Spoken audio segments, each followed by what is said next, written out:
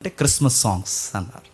వాళ్ళ దగ్గర నుంచి వచ్చినాయి ఈ క్రిస్మస్ సాంగ్స్ అని వచ్చి ఈ సాంగ్స్ ఏం చేశారంటే ఈ సాంగ్స్ పెట్టుకుని సాంప్రదాయానికి అనుకూలంగా క్రిస్మస్ పాటలు రాయడం మొదలుపెట్టారు. నైట్ వీటికి తగ్గట్టుగా 1410లో సాంప్రదాయాలకు తగ్గట్టుగా పాటలు రాయడం మొదలుపెట్టారు. ఎలా పాడేవారంటే మనకి ఎలా పాడతారంటే ఇప్పుడు మనకు సాంప్రదాయమైన పాట ఉంటుంది, మీకు గుర్తుందో లేదు. మా ఇంటి పేరు పశువులు పాక, పక్కింటి పేరు ఒలీవ కొండ, ఎదురింటి పేరు ఒలీవ తోట. ఏ పాట ఉందో ఇప్పుడు సాంప్రదాయం పాట భలే ఉంటుంది.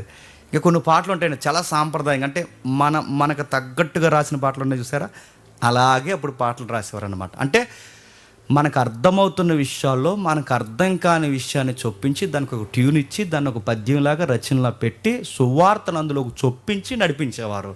అలా చక్కగా హెల్దీగా ఆ రోజుల్లో తీసుకొచ్చారు. ఈరోజు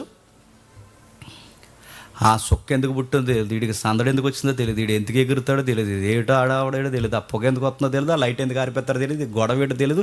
ఈ సిగ్గులేని ఆఫ్ డ్రెస్ వేసుకుని ఎగురులాట్లేటో మనకి ఏం అర్థం అవ్వదు. సొక్క పుట్టింది అక్కడ పెక్క పుట్టింది బయట. ఇదే గొడవ, ఇదే బేస్లు, ఇవే ఎంటర్టైన్మెంట్ ప్రోగ్రాంలు అయిపోయింది తప్ప ఇందులో అడుగుతున్నాను. ఇందులో ఒక మెసేజ్ ఏది? క్రిస్మస్ సాంగ్లో ఒక మెసేజ్ ఏది?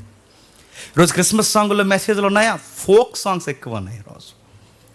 క్రిస్మస్ సాంగ్లే కాదు, మామూలుగా మనకి క్రిస్టియన్ ట్రెడిషనల్ సాంగ్స్లో కూడా మెసేజ్ ఉందా?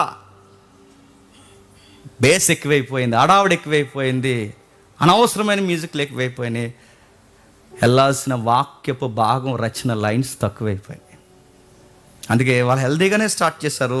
రాను రాను క్రిస్మస్ పాటలు బయటోళ్ళు పాటలు లాగే తయారయ్యాయి.